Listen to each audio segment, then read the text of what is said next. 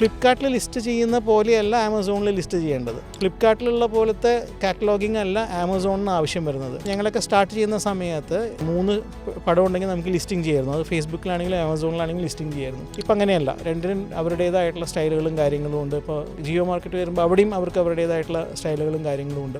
അപ്പോൾ അങ്ങനെ കുറേ ഡിഫറൻസുകളും ഇതും വരും. കാറ്റലോഗിങ് എന്ന് പറയുന്ന ഒരു ഫ്രേസ് വരും. ഇതൊക്കെ ടെക്നിക്കലി ഭയങ്കര സൗണ്ട് ഇതാണെങ്കിലും വളരെ സിമ്പിളാണ്. അതായത് നമ്മളൊരു സാരി മേടിക്കാനൊരു സാരി കടയിൽ പോയി കഴിഞ്ഞാൽ സാരി അവരെടുത്ത് ഒരു 5 സാരി എടുത്ത് ഇടുന്നു. നമ്മൾ അതിൽ ഏതെങ്കിലും 2 സാരി നമുക്ക് ഇഷ്ടപ്പെടുന്ന കാണിക്കുകയാണെങ്കിൽ അവർ തുറന്ന് കാണിക്കുന്നു. അതേപോലെ നമുക്ക് ഇ കൊമേഴ്സ് മാർക്കറ്റിലും നമ്മുടെ ഒരു പ്രൊഡക്റ്റ് അതിൻ്റെ സ്പെഷ്യാലിറ്റീസ് എന്താണ്, ഈ മാർക്കറ്റിംഗ് ടൈമിൽ പറയുകയാണെങ്കിൽ പ്രൊഡക്റ്റിൻ്റെ ഫീച്ചർ ബെനിഫിറ്റ് എന്താണ്, അത് കസ്റ്റമറുമായിട്ട് കമ്മ്യൂണിക്കേറ്റ് ചെയ്യണം. അതിനാണ് കാറ്റലോഗിംഗ് എന്ന് പറയുന്നത്. അപ്പോൾ ആ കാറ്റലോഗിംഗ് ചെയ്യുന്നത് 2 സ്റ്റൈലാണ്. ഉപരി എന്താ വലിയൊരു പ്രശ്നം എന്നുള്ളത് വെച്ച് കഴിഞ്ഞാൽ ഇതിൻ്റെ മാർക്കറ്റ് റിസർച്ച് ചെയ്യുക എന്നുള്ളതാണ്. ഈ പ്രൊഡക്റ്റിന് എന്ത് വിലയിട്ട് കഴിഞ്ഞാൽ മാർക്കറ്റിൽ സാധനം വിൽക്കാൻ പറ്റും. പല പ്രൊഡക്റ്റുകളും നിങ്ങൾക്ക് നിങ്ങളുടെ വില കുറഞ്ഞതാണെങ്കിൽ നിങ്ങളുടെ പ്രൊഡക്റ്റ് വിൽക്കണമെന്ന് യാതൊരു നിർബന്ധവുമില്ല.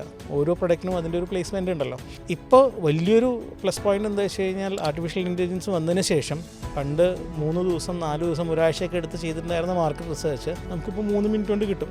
അപ്പോൾ നമുക്ക് കുറച്ചുകൂടിയും ബെറ്ററായിട്ട് നമുക്ക് നമ്മുടെ പ്രൊഡക്റ്റ് പ്ലേസ് ചെയ്യാൻ പറ്റും. പക്ഷെ നമ്മൾ മനസ്സിലാക്കേണ്ട ഒരു കാര്യം, ഈ ബെനിഫിറ്റ് നമുക്ക് മാത്രമല്ല, എല്ലാവർക്കും നമ്മുടെ കോമ്പറ്റേറ്റേഴ്സിനും ഉണ്ട്. അപ്പോൾ അവരും നമ്മൾ ചെയ്യുന്ന അതേ സമയത്ത് തന്നെ അവരും ചെയ്തുകൊണ്ടിരിക്കുകയാണ്.